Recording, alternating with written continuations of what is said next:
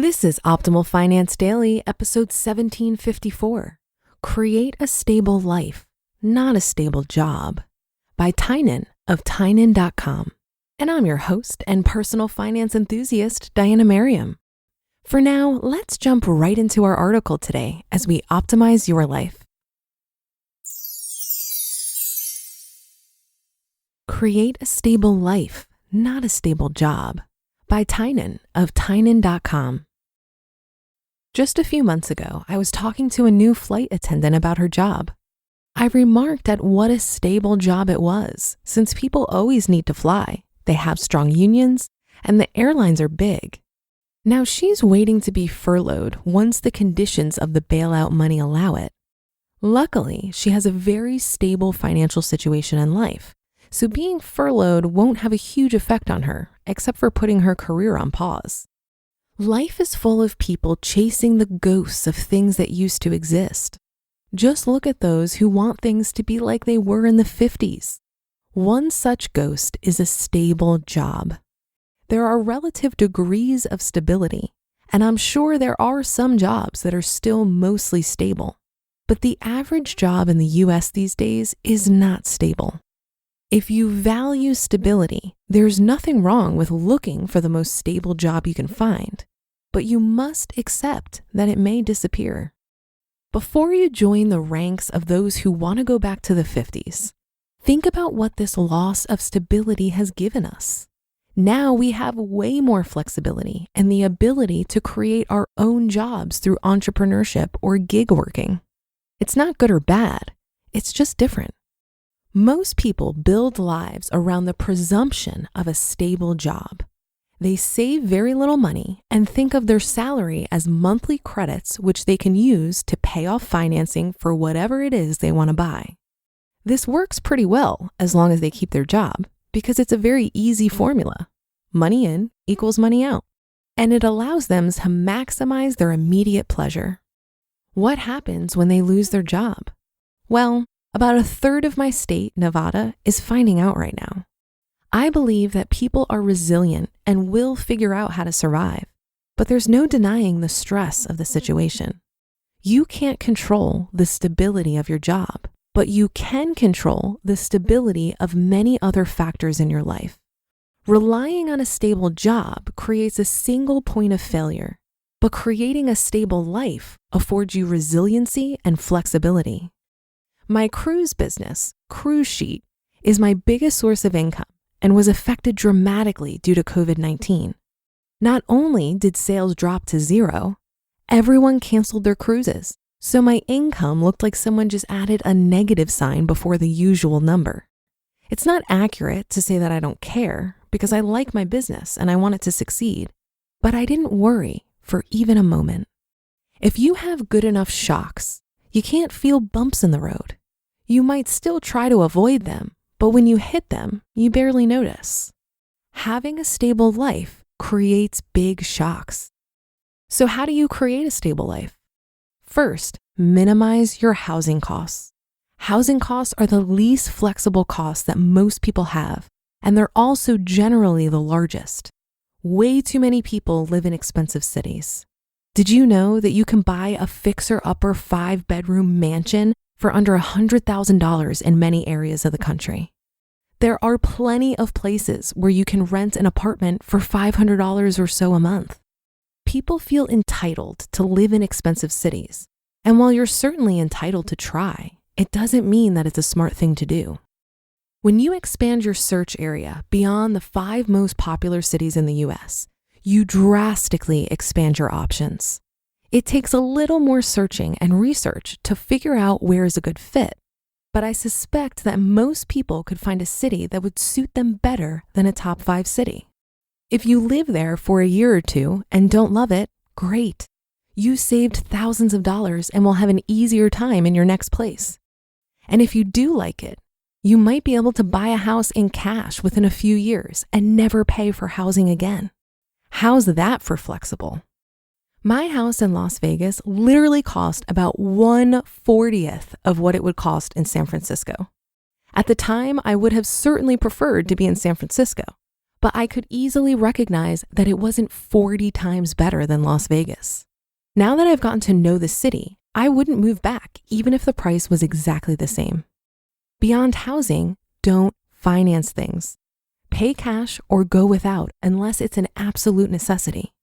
Build up savings, not because you know what you want to spend it on someday, but because you don't.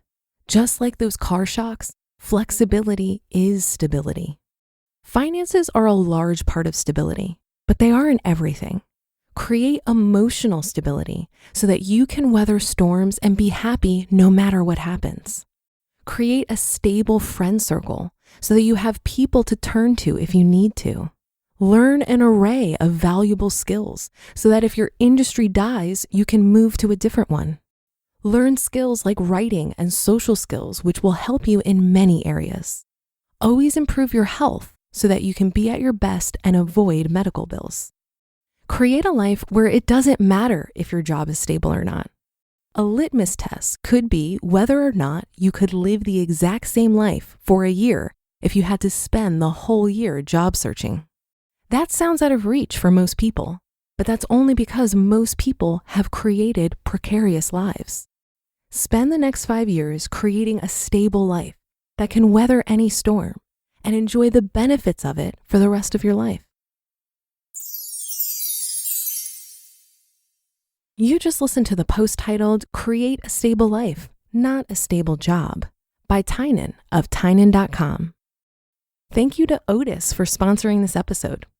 Did you know that in a 2020 survey, ultra high net worth individuals reported investing an average of 5% of their net worth in collectibles? Imagine if you were able to buy a super rare collectible and it was actually within reach. Well, Otis is an investment platform that makes it possible for almost anyone to invest in shares of cultural assets. Here's how it works. You download their app and sign up for free. They have rare collectibles, from sports cards, comics, and video games to NFTs, contemporary art, and more, with shares usually starting around $10. You can then earn a potential return if Otis sells the underlying asset for more than the price the item was dropped at, or by selling your shares to other Otis members on Otis's real-time trading platform. They've got rare sneakers, jerseys, and other cool stuff. Check it out. Right now, Otis is offering listeners of the show a free share when they fund their account.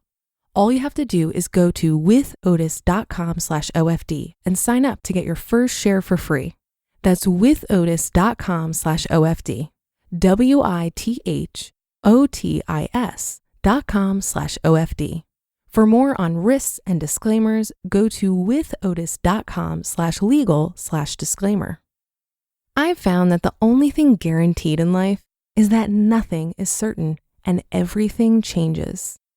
While that may feel disorienting at first, getting comfortable with uncertainty is a very valuable skill set. It'll serve you well as life continually throws you obstacles and opportunities. I was reading a book called Awareness by Tony DeMello the other day, and it had this great message about going with the flow. He says that when you cut water, it doesn't get hurt, but when you cut something solid, you damage it. I found a lot of encouragement in letting my opinions and attachments be a bit fluid and not be overly rigid on how I think things ought to be. Even when a job feels stable, that may be true for a certain period of time, but it can quickly change. That certainly happened to me in my corporate career. For many years, my job felt secure, but then the company was acquired and spun off and joint ventured. Despite keeping my job through all of that, the dynamic of security significantly shifted. And then I got a new boss, and that was the nail in the coffin. The party was over. You can't control the external forces on your stability, like your employment, for example, but you do have much more control over your lifestyle, your expenses, and how much you save and invest. If you focus your efforts here, you'll feel much more grounded as things change around you. I announced yesterday that I'm hosting a new horoscope show with the same producers who hired me for this show. I'm having an absurd amount of fun with it, but we're only committed to doing it for the next 2 months, as we'll need to hit certain metrics in order to continue. The horoscope show is not a stable job at all, but my finances are stable enough that I can spend the next 2 months working on this, even if it goes away. If you'd like to help me make it a more stable gig, you can subscribe by searching for your zodiac sign and the word daily in your favorite podcast app. For example, mine would be Aries Daily. And you know you found the right one when you see that the show is produced by Optimal Living Daily. Your future and my future will thank you. That should do it for today. Have a happy rest of your day, and I'll see you tomorrow where your optimal life awaits.